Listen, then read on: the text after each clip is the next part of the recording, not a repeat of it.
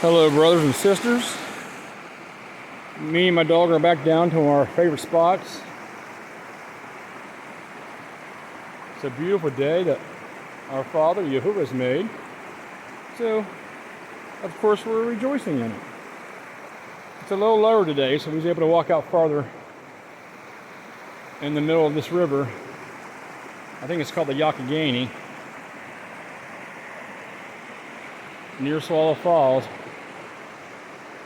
Here, I'll walk out a little farther for you. Taking my time, watching the holes. Oh, it's so beautiful here. My wife's at home working. I wish she's here to enjoy this with me.